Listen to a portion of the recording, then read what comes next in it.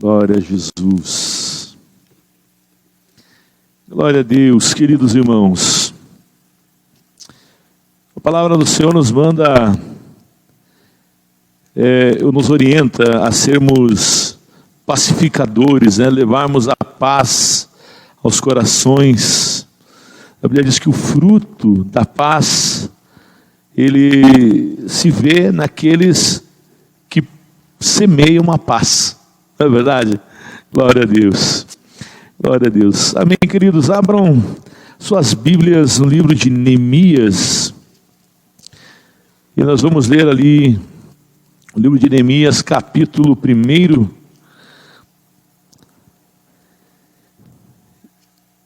Do versículo 1 do capítulo 1 ao capítulo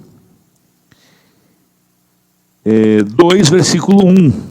É um capítulo curto, e nós vamos ler até o primeiro versículo do capítulo 2. A oração de Neemias. As palavras de Neemias, filho de Icalias, no mês de Quisleu, no ano 20º, e estando eu na cidadela de Suzã, veio Anani, um dos meus irmãos, com alguns de Judá.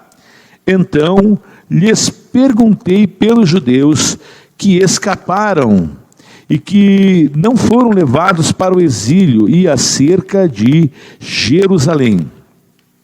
E disseram-me, os restantes que não foram levados para o exílio se acham lá na província, estão em grande miséria e desprezo. Os muros de Jerusalém estão derribados e as suas portas queimadas. Tendo eu ouvido estas palavras, assentei-me e estive jejuando e orando perante o Deus dos céus. E disse, Senhor, Deus dos céus, Deus grande e temível, que guardas a aliança e a misericórdia para com aqueles que te amam e guardam os teus mandamentos. Estejam, pois, atentos os teus ouvidos e os teus olhos abertos para acudires à oração do teu servo, que hoje faço à tua presença, dia e noite, pelos filhos de Israel, teus servos, e faço confissão pelos pecados dos filhos de Israel, os quais temos cometido contra ti, pois eu e a casa de meu pai temos pecado, temos procedido de todo corruptamente contra ti, e não temos guardado os mandamentos, nem os estatutos, nem os juízos que ordenaste a Moisés, teu servo. Lembra-te da palavra que ordenaste a Moisés, teu servo, dizendo, se transgredirdes, eu vos espalharei entre os povos, mas se vos converterdes a mim, e guardardes os meus mandamentos e os cumprirdes, então, ainda que os vossos rejeitados estejam pelas extremidades do céu, de lá os ajuntarei e trarei para o lugar que tenho escolhido para ali fazer habitar o meu nome. Estes ainda são teus servos e o teu povo que resgataste com teu grande poder e com tua mão poderosa. Senhor, estejam, pois, atentos os teus ouvidos à oração do teu servo e a dos teus servos que se agradam de temer o teu nome. Concede que seja bem sucedido hoje o teu servo, dá-lhe mercê perante este homem. E nesse tempo eu era copeiro do rei. No mês de Nisã, no ano 20º do rei Artaxerxes, uma vez posto o vinho diante dele, eu tomei para oferecer e lhe dei. Ora, eu nunca estivera triste diante dele. Vamos ler o 2 também. O rei me disse: por que está triste o teu rosto, se não estás doente? Tem de ser tristeza do coração. E então temi sobremaneira. Amém? Muito obrigado, meu Deus, meu Pai, por esta palavra que lemos aqui, Senhor. Fala ao coração dos teus filhos nesta noite, edifica o teu povo diante da tua face, meu Deus, o povo que o Senhor se agrada, meu Deus, de colocar o teu nome sobre eles, Pai. Nós te louvamos, agradecidos no nome de Jesus. Amém. Irmãos, sentem-se, queridos. Irmãos, nós lemos esta palavra aqui, e eu vou colocar o título desta palavra: orando como Neemias. Orando como Neemias. Neemias, a palavra Neemias significa confortado por Deus, ou consolado por Deus, ou aquele que consola, né? Então ela tanto se refere a um ato de receber de Deus, como de fazer aquilo que você recebeu. Mais ou menos como Abraão, que o Senhor disse a Abraão, né? Eu te abençoarei, se tu uma bênção. Então Neemias é isso também, ó. É consolado por Deus e aquele que consola, né? Então um nome muito abençoado, né? O nome de Neemias. Ó, uma sugestão aí para quem tiver um menininho chegando aí na sua casa, quem sabe, né? Ou para o seu projeto aí, né? De ter um filho. Ó, Neemias, nome bonito, né? Aquele que é consolado por Deus, ou aquele que consola. Então ele era um judeu, porém ele nasceu durante o cativeiro. Ele é uma geração depois de Daniel, 2 gerações depois de Daniel. E exatamente, amados, após as 70 semanas profetizadas por Daniel ali no cativeiro, ele começou a fazer essa obra de restauração dos muros de Jerusalém. Olha que coisa interessante, o cumprimento profético da palavra do Senhor ali imediato, né? Então essa profecia de Daniel, ela também tem uma visão assim de cumprimento para os últimos tempos, mas ela também se cumpriu ali imediatamente após ter se passado aquele tempo, quando coincidiria de dar as 70 semanas de anos ali, começou Neemias uma obra de reconstrução dos muros de Jerusalém. E nessa época aí ele era copeiro do rei, né? Eu fiz uma colocação aqui. Por que nós avançamos no capítulo 2? Porque ele começa dizendo as palavras de Neemias, filho de Icalias, no mês de Quisleu, no ano 20º, né? E então no capítulo 2 nós vemos que no mês de Nisan, no ano 20º do rei Artaxerxes. Então no final do capítulo 1, a gente vê que ele pede ao Senhor que dê forças a ele, que ele possa ser bem sucedido diante deste homem. Veja que ele termina ali, ó. Senhor, estejam pois atentos os teus ouvidos à oração do teu servo e a dos teus servos que se agradam de temer o teu nome. Concede que seja bem sucedido hoje o teu servo e dá-lhe mercê perante este homem. Que homem era esse? Então é o homem que está ali no capítulo 2, versículo 1, o rei Artaxerxes, porque ele era copeiro do rei, né? Então eu fiz uma pesquisa, né, e nós vimos uma coisa que nós estamos lendo aí, ou menos eu sugeri para os líderes que nós pudéssemos estar lendo com os líderes o livro de Neemias, aliás, um livro sobre Neemias, né? E desse livro sobre Neemias, os pontos fortes deste homem de Deus é que ele tinha uma vida de oração, né? O Senhor diz: vigiai e orai. Então ele era um homem que vigiava, orava, mas também agia. Muitas pessoas, muitos administradores cristãos estudam o livro de Neemias, porque ele é considerado um grande administrador. Foi um grande administrador, ele fez planos, ele proveu recursos, ele proveu as autorizações, né, que nós chamaríamos hoje dos alvarás, né? Ele tinha autorizações do rei para sair da onde ele estava e ir, né, para até Jerusalém. Então ele tinha que passar por diversos lugares, e ali, como ele tinha, né, ele era judeu, então ele tinha a marca que ele era um escravo, né, ali servindo no palácio.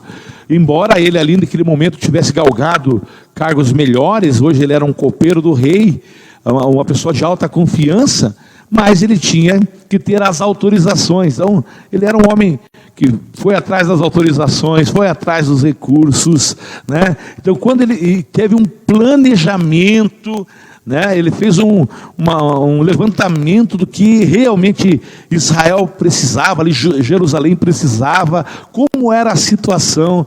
Ele sondou as pessoas com quem ele podia contar, e ele fez convocações, e ele motivou as pessoas para o trabalho. Ele teve um planejamento que teve um começo, um meio e um fim, né? E ele teve também os momentos em que ele teve que fazer correções de rumo.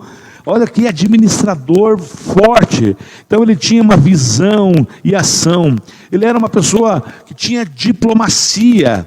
O diplomata não é aquela pessoa que simplesmente faz acordos, está tudo certo, né? Não, o diplomata, ele também sabe dizer não, ele sabe se posicionar em favor da sua nação, defendendo os interesses da sua nação. E quando ele precisou fazer algum tipo de acordo, ele o fez, mas quando ele teve que se manter firme e rejeitar acordos, ele também o fez. Um homem realmente que tinha uma visão, uma firmeza de propósito, de caráter, né? Bem preparado.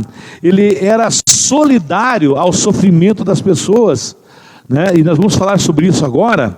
E também ele era uma pessoa que se adaptava aos problemas, né? Ele tinha o seu plano, mas o seu plano se flexibilizava de acordo com a necessidade das pessoas, né? Às vezes, amados, a gente tem grandes propostas, como por exemplo nós que estamos aí, sem contar esse ano que foi muito difícil na pandemia, iniciando o nosso 7º ano na visão celular.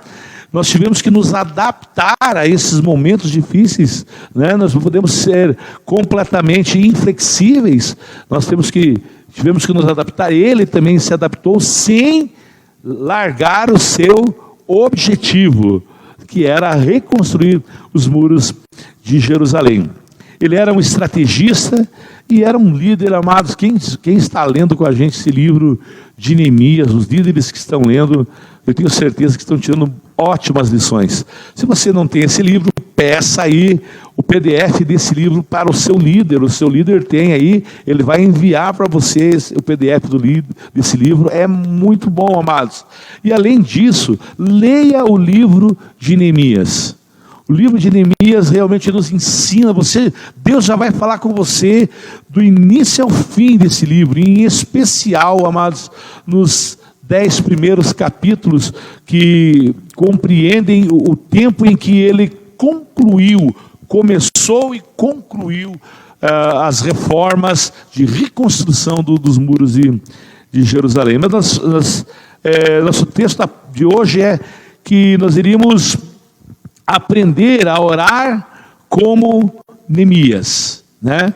E Neemias, amados, ele viu o que pessoas não viram. Ele viu o que outros não viram.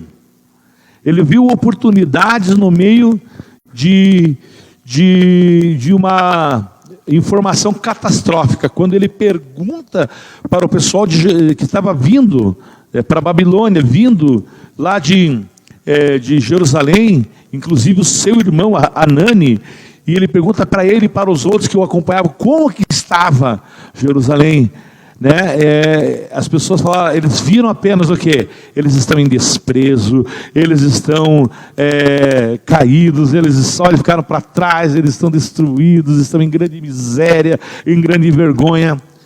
Isso é o que todo mundo vê, amados. As pessoas veem o óbvio, mas ele viu ali uma necessidade de fazer algo.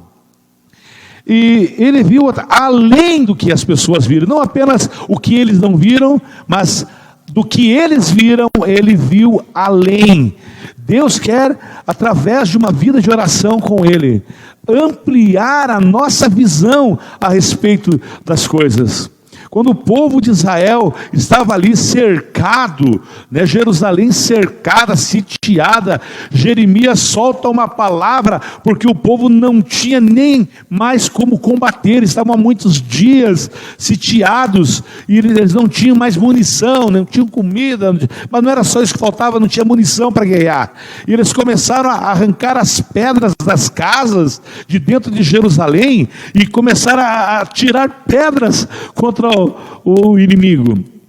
Mas o Senhor falou para eles, Jeremias capítulo 33, versículo 3, um versículo que está com certeza de cor e salteado na grande maioria dos servos de Deus, dos discípulos do Senhor, que diz o quê? Clama a mim e responder-te-ei e anunciar-te-ei coisas grandes e ocultas que não sabes. O que eles viram era um fim iminente, mas o que o Senhor estava dizendo para eles era: clame a mim, ore a mim, busque a minha face, e eu vou mostrar aquilo que vocês ainda não estão vendo. Muitas vezes nós olhamos para a nossa situação e vemos um fim iminente, mas o Senhor está dizendo: clame a mim, e eu vou responder, e eu vou anunciar para você coisas grandes e ocultas que você não sabe. Ainda no livro de Jeremias, se nós voltarmos ali o capítulo 29, versículo 13, diz: buscar-me-eis e me achareis, quando me buscardes de todo o vosso coração. Jeremias, ele foi entre Daniel e Neemias, vamos dizer assim, né? Na história ali, né? E ali também ele estava trabalhando com aquele povo ali que estava realmente só vendo coisas ruins acontecendo em suas vidas. Então, Neemias também viu mais, ele viu além, ele viu mais do que as pessoas viram. E também, amados, ele viu antes do que as pessoas viram. Então, ele viu o que eles não viram, ele viu além do que eles viram, ele viu mais do que os outros viram, e ele viu antes.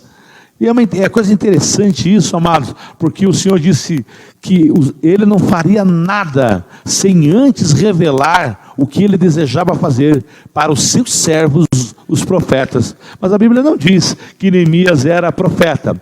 Existem pessoas na igreja que têm um chamado profético para suas vidas, mas todos nós podemos experimentar o profetizar. E ali, para aquele momento, Neemias foi levantado como um líder, um reformador, mas também com um posicionamento profético na vida dele. Ele via antes do que as pessoas viam. E qual era o segredo dele, amados? Para que ele pudesse,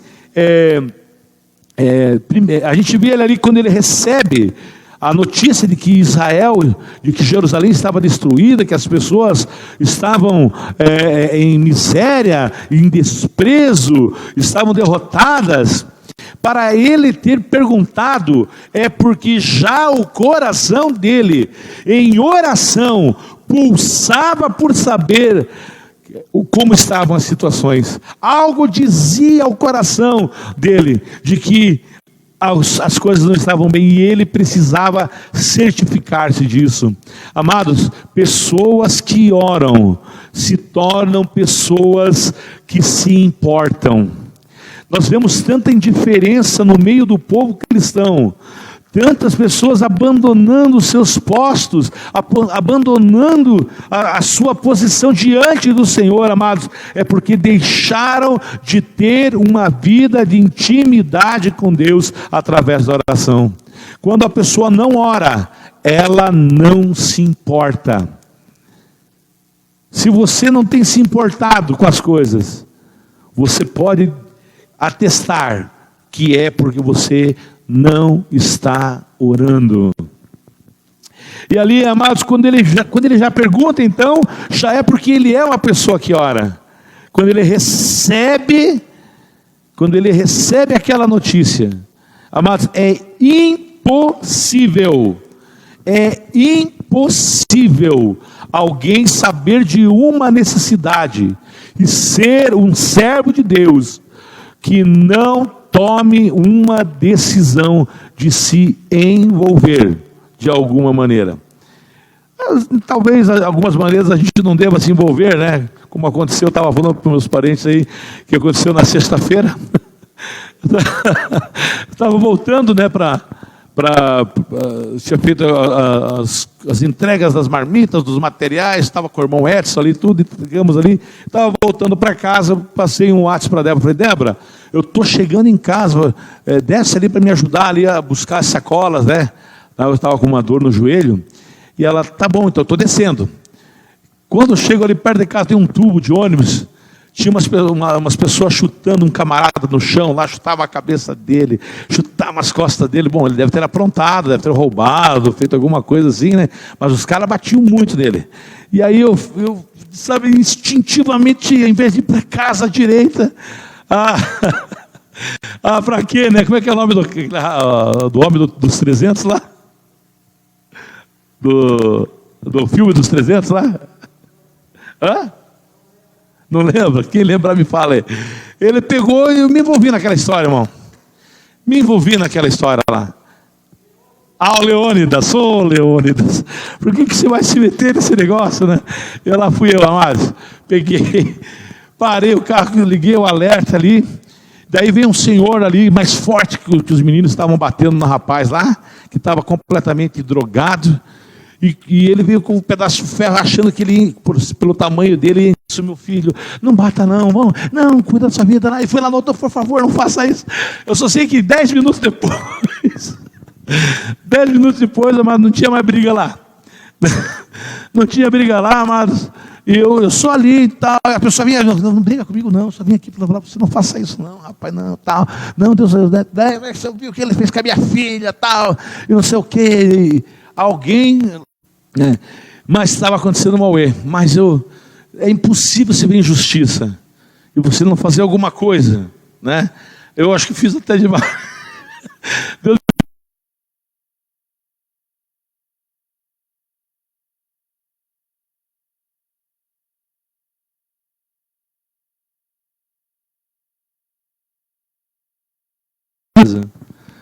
e dorme ou come normalmente, sabendo que seus semelhantes estão passando um momento difícil e simplesmente dizem, coitados, né? Tem um frango aí para nós? Não, faz um bife para mim. Não tem como, amado, a gente ficar tranquilo. Quem tem assim uma vida com Deus não consegue, amado, ser egoísta a ponto de deixar as pessoas, bom, isso não é meu problema, cada um com seus problemas, né? Amar ao próximo como a si mesmo, de se importar com o próximo, como Neemias se importou com aquele povo. E vou dizer uma coisa, amados, a partir do momento que você começa a orar, você se torna um intercessor, e o problema daquelas pessoas passam a ser seus problemas também. Olha como é que ele fez. Tendo ouvido eu, versículo 4, essas palavras, assentei-me, chorei, lamentei por alguns dias, e estive jejuando e orando perante o Deus dos céus. Então, beleza, depois que passou esses alguns dias, agora a minha consciência já está mais tranquila, né? Já chorei, já jejuei, já orei. Senhor sabe, o senhor viu, senhor. agora vou seguir a minha vida. Não dá, amados. Ele tinha que fazer alguma coisa. Primeiro, ele exaltou o Senhor. Ele colocou realmente... Antes de eu ficar... Às vezes tem coisas que acontecem na vida da gente, a gente não entende de algumas maldades. E para quem que a gente vai lançar a culpa? Em Deus. Pois é, Senhor. Onde é que o Senhor estava quando aconteceu isso? Como é que o Senhor permite tal coisa? As pessoas nunca tentam procurar na maldade que está no ser humano, ou às vezes em si mesmo, mas querem culpar Deus. Nunca o procuram, mas quando é para culpar, quando é para achar um culpado, Deus, por que o Senhor não fez? Primeira coisa que Neemias fez foi exaltar o Senhor, exaltar a santidade, a integridade, a grandeza de Deus. E depois ele começou a falar sobre a situação, e falar na oração, a situação em que ele estava, e que estava o seu povo. Depois ele lembrou que ele estava naquela situação, porque eles eram culpados, os seus pecados fizeram aquilo acontecer, e o Senhor disse: se vocês me deixarem, eu vou os espalhar para todos os lados. Mas ele também lembra das promessas que o Senhor tinha feito: porém, se vocês se arrependerem, eu vou juntar vocês, ainda que vocês estejam espalhados nos lugares mais distantes. E ele lembra o Senhor dessa palavra. Para ele lembrar todas essas coisas, ele não foi uma revelação, ele precisou conhecer, ele já sabia aquilo. Então era alguém que conhecia a história da sua fé.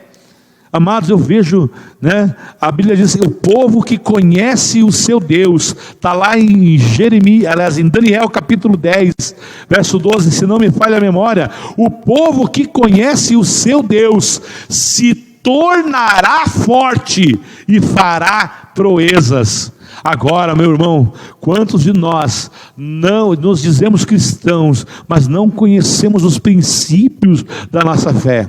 Somos cristãos, mas não agimos como cristãos. Falamos do grande amor de Jesus, mas esse amor de Jesus nunca passa por uma responsabilidade nossa. Neemias disse: Senhor, eis-me aqui. E daí ele não tinha como, ele chegou, amados, ao momento em que ele teve que olhar para si e dizer: bom, eu vou ter que sair da minha zona de conforto desconfortável. Eu estou aqui bem, sou copeiro do rei, ganho meu salário em dia, porém, eu vou ter que largar tudo isso, e vou ter que fazer algo por esse povo. Mas aí é que entra, amados, uma vida de oração. Ali, se você olhar, depois eu vou passar no esboço que vai para vocês. Neemias não orou só naquele momento, amados. Tudo nos leva a acreditar que ele já tinha uma vida de oração antes, porque nós vemos diante dos próximos capítulos a constatação de uma vida de oração. Neemias 1, 4 a 5, Neemias 2, 4, 8, 12 e 20, Neemias capítulo 4, versículo 4, 9 e 15, Neemias 5, versículo 13, 17 e 19, Neemias 6, verso 9, 12, 14 e 16, Neemias 7, versículo 5, Neemias 8, versículo 6, Neemias 9, versículo 3 a 7, Neemias 10, o capítulo inteiro ali, já com Esdras liderando, Neemias capítulo 13, versículos 14 e 22, nós vemos um homem se referindo a Deus em posição de oração, queridos. Tudo que ele ia fazer, ele procurava orar. Tudo. E aqui nós vemos que a gente quer que as coisas aconteçam. Nunca temos uma vida com Deus, nunca comparecemos diante dele, mas daí temos uma necessidade e fazemos uma campanha de oração. E aí dizemos: puxa Deus, eu jejuei uma semana, eu orei uma semana e o Senhor não fez nada por mim. Sabe de uma coisa? Eu acho que o Senhor não quer nada comigo. Mas amados, né? Não vou falar, o irmão me contou aqui uma história de uma pessoa que fazia 10 anos que não o procurava. De repente a pessoa disse: ô fulano, como é que você está? Tudo bem, capaz? Que maravilha, nossa amizade e tal. E, alguns minutos depois, de rapaz, você tem 150 para emprestar para mim? Como que você se sentiria? Põe aí. Tem gente que já ficou ofendido já. Sem vergonha. Veio me falar da nossa grande amizade de 20 anos, mas fazia 10 que eu não falava com a pessoa. E para pedir 150 emprestado. Irmão, pensa assim, como que você se sentiria? Agora pensa assim, como que nós às vezes não temos uma vida de constância com Deus na oração. E de repente aparecemos lá: Senhor, tem milão para emprestar? Meu Deus, irmão. Sabe de uma coisa, amados? Não, pastor, a salvação é pela graça. Ninguém está falando que a salvação não é pela graça, amados. A salvação é pela graça. Mas olha, eu tenho as minhas filhas, eu as amo incondicionalmente. Mas sabe de uma coisa? A gente tem pessoas que a gente tem mais prazer de ajudar do que outras. Outros se ajudam porque precisa, outros, né? Porque, amados, tem aquele filho que respondão, né? Graças a Deus minhas filhas são abençoadas, né? Estou dizendo, mas tem gente que pensa: meu Deus, aquele filho que só dá dor de cabeça. Você faz porque o filho, né? Para o filho não ficar encrencado.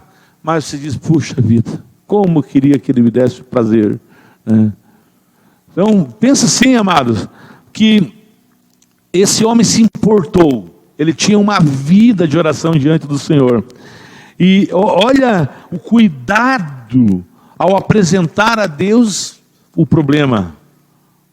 José, senhor, olha, o povo está lá, o teu povo, como é que o senhor deixou isso acontecer com o teu povo? Não, ele lembrou que havia uma aliança, que o povo quebrou aquela aliança, mas que o Senhor falou que se eles voltassem, o Senhor restauraria aquela aliança, sem guardar mágoas, né? E olha só, amados, e o versículo 3 do capítulo 2 diz assim: e lhe respondi: viva o rei para sempre. Como eu não estaria triste, como não me estaria triste o rosto, se a cidade onde estão os sepulcros dos meus pais, ou seja, a minha história está lá, né? Está assolada e tem as portas consumidas pelo fogo. E disse-me o rei: que me pedes agora? Amados, olha o que o rei falou para ele: o que você quer? Antes de ele se precipitar, olha o que ele responde no parágrafo seguinte, nem parágrafo seguinte, na sentença seguinte ali, ó. O rei diz para ele: o que você me pede agora? Então orei ao Deus dos céus e disse ao rei. Ele só disse para o rei o que ele queria depois de ir buscar conselho do Senhor. Quantos de nós somos precipitados, tomamos decisões sem consultar a Deus? E quando ele pede ele para o rei não apenas deu, e olha a maneira respeitosa que ele chega diante do rei, né? Olha, ele fala aqui, ó: e disse ao rei: se é do agrado do rei, e se o teu servo acha mercê em tua presença, peço-te que me envies ajudar a cidade do sepulcro dos meus pais, para que eu a reedifique. E aí, amados, mais adiante, no versículo 7, olha só o que ele pergunta. Vamos já no 6, ó. Então o rei, estando a rainha sentada junto dele, disse: quanto tempo durará a tua ausência? Quando voltarás? E aprouve ao rei enviar-me, e marquei um certo prazo. Olha que homem de responsabilidade, homem de palavra, homem de responsabilidade, homem que sabia o que queria. Amados, como nós precisamos aprender a sermos como Neemias. E disse ainda ao rei: Se ao rei parece bem que se me deem cartas para os governadores além do rio Eufrates, para que me permitam passar e entrar em Judá, como também carta para Asaf, guarda das matas do rei, para que me dê madeira para as vigas, tal. Então ele pediu recursos, né? Olha ali no final do versículo 8. E o rei me deu tudo o que pedi, porque a boa mão do meu Deus era comigo. Tenha uma vida de oração, e a boa mão de Deus será com você. Amém? Como a gente aprende essas coisas, né? A oração nos coloca dentro do problema, né, amados? Não é possível orar de verdade sem se importar, é o que nós aprendemos até agora. A oração tira de nós o ativismo. Não é muito fazer, tem gente que gosta de fazer muitas coisas, gosta de cantar, gosta de pregar, gosta de tocar, gosta de estar no som, gosta de fazer isso, gosta de ir na ação social, gosta de tentar e tal. Senhor, o pastor não tem um cargo que eu quero fazer, né? Mas a oração tira de nós o ativismo. Nós continuamos agindo, mas sem ser ativistas. Ela traz quietude. A oração anula a ansiedade. A oração nos ensina a esperar e ouvir a Deus. O que você quer que eu te dê? Calma aí, eu vou falar com Deus um pouquinho aqui, depois eu te respondo. Olha, amados, olha que coisa maravilhosa. A oração permite-nos ouvir a Deus e a fazer o que devemos fazer. Eu vim conversando com a minha esposa, que nós soubemos de algumas pessoas amigas nossas, que estavam se subindo, e os anos passam e você descobre que o que as levou a ter uma ascensão meteórica não foi a boa mão de Deus, mas sim coisas erradas. Por isso o salmista nos ensina a orar ali no Salmo 37, dizendo: não tenhas inveja daqueles que prosperam em seus maus caminhos, daqueles que fazem seus maus intentos. Amados, a gente não sabe, às vezes a Bíblia fala: vale mais o pouco que tem o justo do que a riqueza de muitos ímpios. Eu não estou dizendo que você não tem que ter ambição, eu estou dizendo que você tem que desistir de uma carreira promissora, mas estou dizendo para você que o que Deus colocar em suas mãos tem que ser fruto da bênção dele, amados, e não devemos, querer galgar passos a mais, comprometendo a nossa integridade diante do Senhor. Neemias foi um homem que ele só pediu para o rei algumas coisas, e o rei, além de tudo aquilo, mandou um exército escoltá-lo. Sabe por quê? Porque o Senhor abre o coração das pessoas para nos dar muito mais do que pedimos ou pensamos, mas nós devemos esperar, ter um coração que aprende através da oração. A oração incentiva para realizarmos as obras do Senhor sem desespero. Às vezes a gente vê alguma necessidade, amados, e às vezes me desespera o estado, como nós estávamos alguns meses antes da pandemia, já na pandemia, já estávamos no início da pandemia, passando dificuldades na nossa comunidade local. Mas eu lembro de uma vez que nós demos um relatório, os relatórios por semanas a fio, onde nós tínhamos entre 130, 140 pessoas na vida, as coisas sem sentir o sabor delas, sabe? Comer sem sentir o sabor. Não havia mais um discernimento em muitas coisas que fazíamos, e o Senhor nos fez entender que o crescimento, quando ele vem da mão dele, é uma bênção, mas quando ele vem pela soberba do homem, ele não é bom. Então a oração, ela mostra isso para nós.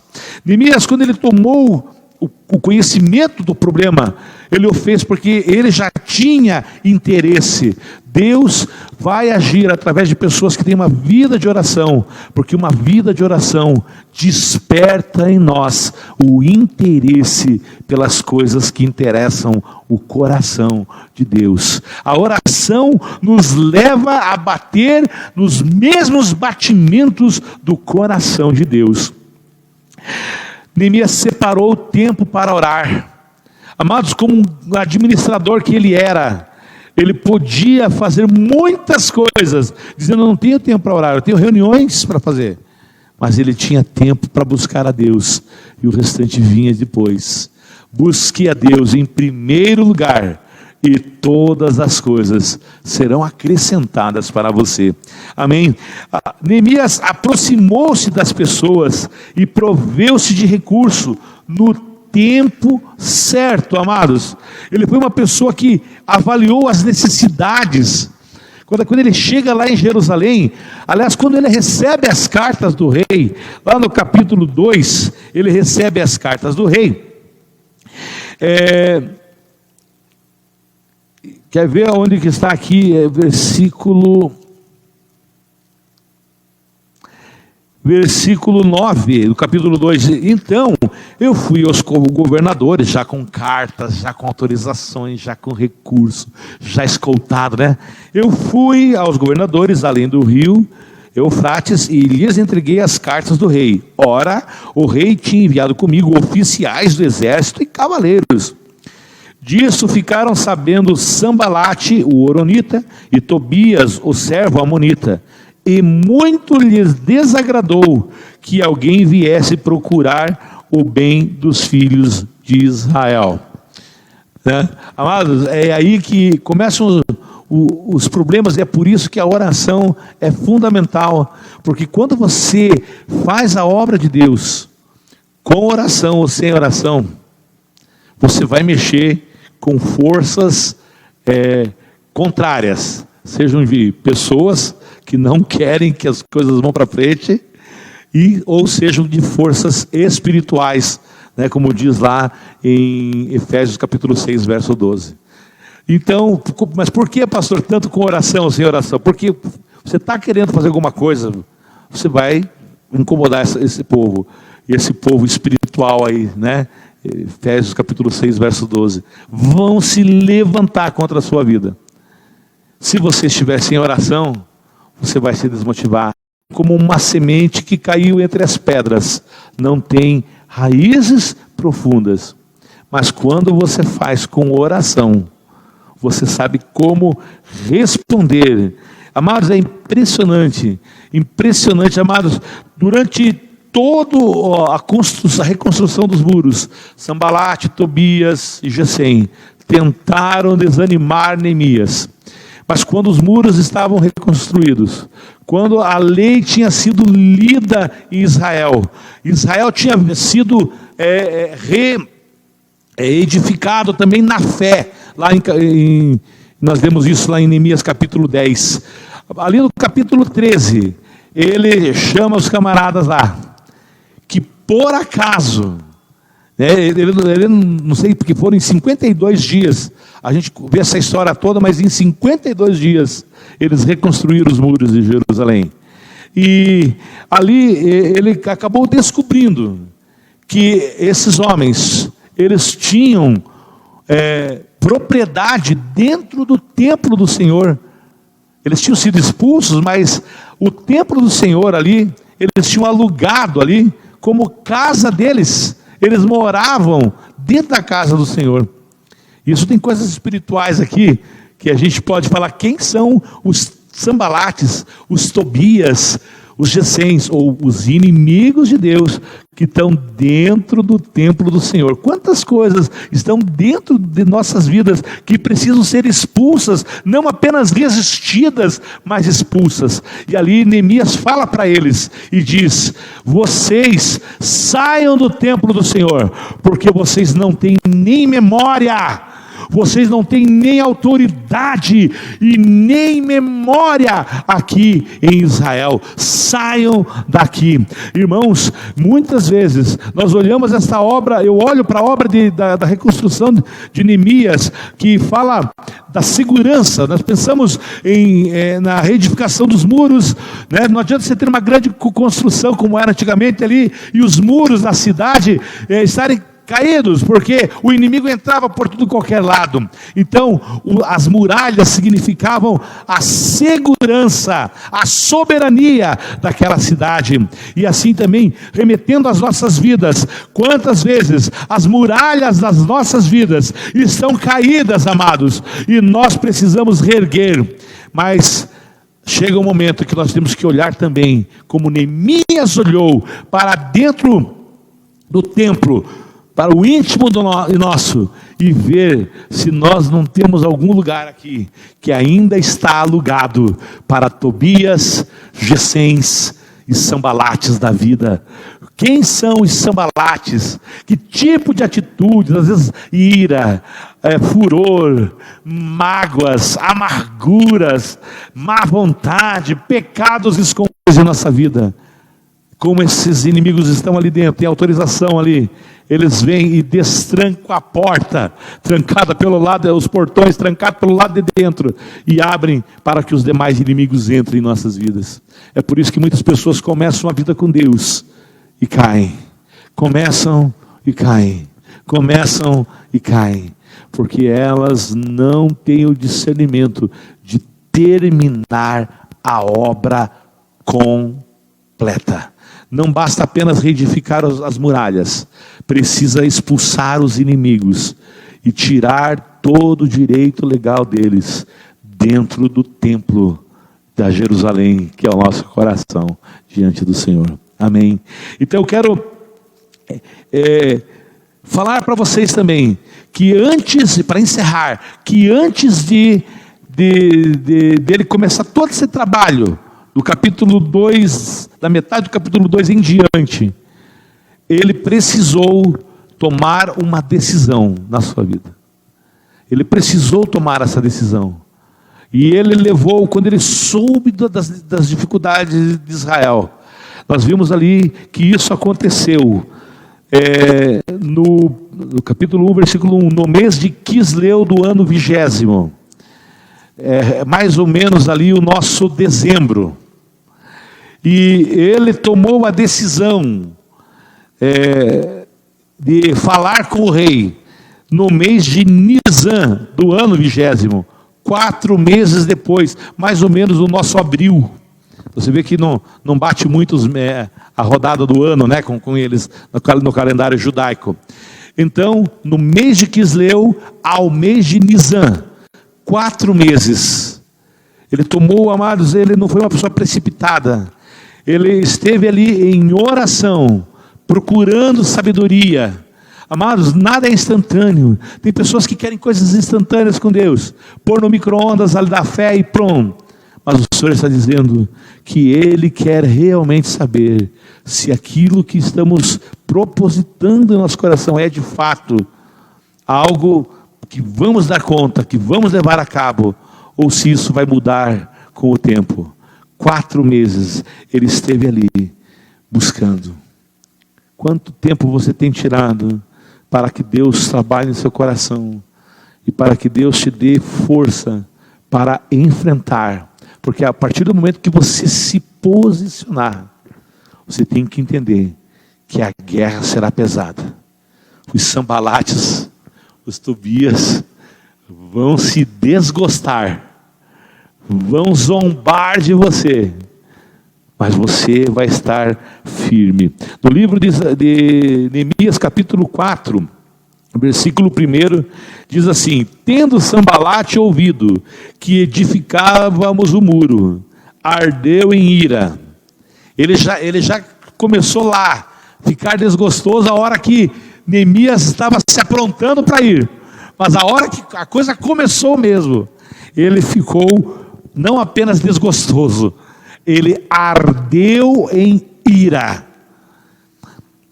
e se indignou muito e escarneceu dos judeus.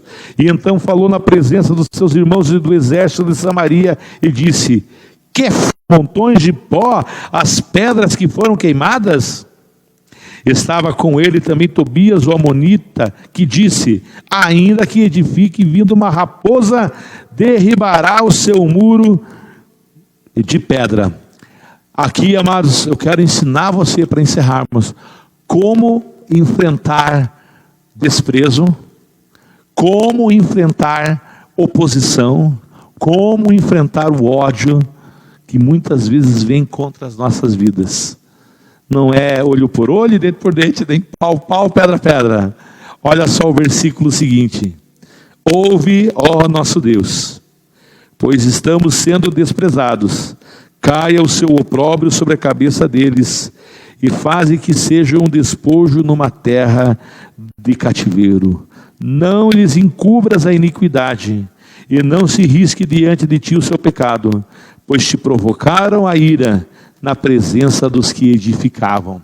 Eles foram falar isso diante dos edificadores, dos trabalhadores, para desanimar. Eu quero falar para você que tem trabalhado na obra de Deus. O inimigo vem muitas vezes falar para você, que é um edificador da obra de Deus, para te desanimar. Mas saiba que Deus tem nos colocado aqui. Mas eu não quero chamar para mim a prerrogativa de Neemias ou dos líderes, mas qualquer um aqui que se levante diante do Senhor, que tem um posicionamento, vocês vão ouvir de nós, quando vocês chegarem dizendo: olha, está acontecendo isso, o problema, isso, aquilo, vamos orar. Às vezes alguns irmãos dizem: pastor, é um disco riscado. E aí? Vamos orar. Sabe por quê? Porque quando eu passo os meus apuros, eu digo para Débora: Débora, ela: vamos orar. Vamos orar. E orem. E orem com inteligência. Olha, o Senhor está sendo atacado, olha isso aí que está acontecendo comigo, Senhor. Não fique pedindo: meu Deus, o que é que eu vou fazer, Senhor? Não estou aguentando mais. Onde que eu vou pular fora, Senhor? Não, querido. Seja corajoso, Senhor. Está vendo o que está acontecendo? Mostra o teu poder. Levanta-te com glória, né? Não precisa mandar matar, né? A minha mãe diz: não manda matar, não, só achatar. Não faz nem igual a minha mãe, né? Faz assim, irmão, ore, mas ore especificamente. Olha, Senhor, olha essa oposição. Meu Deus, olha essa oposição. Isso não é justo. E é o que eu tenho feito, amados. Cada oposição que a gente tem passado, eu vou diante do Senhor e digo: Senhor, você está vendo isso aqui? Estou colocando isso diante do Senhor. Estou colocando essa pessoa diante do Senhor. Meu Deus, eu não sei o porquê que ela está fazendo isso, mas eu coloco ela diante do Senhor. Invariavelmente, o Senhor tem respondido. Tem respondido, amados. E Deus vai te responder. Orando e aprendendo a orar com o Neemias. No esboço, vocês vão receber todas as referências, mas você mesmo, curiosamente, antes do esboço ficar pronto, você pode já correr hoje ainda e ler os 10 primeiros livros de capítulos do livro de Neemias, e você vai saber e vai anotando tudo aquilo que parece ser uma oração. Algumas dizem: orei ao nosso Deus, mas outras ele só fala com Deus ali. Anote quantas vezes Neemias orou, e você vai ver que oração não era um acaso na vida de Neemias. Oração era um estilo de vida na vida de Neemias, e precisa ser no meu e no seu coração. Amém? Fiquemos em pé nesta noite. Eu espero que a palavra tenha falado ao seu coração, como ela falou ao meu coração.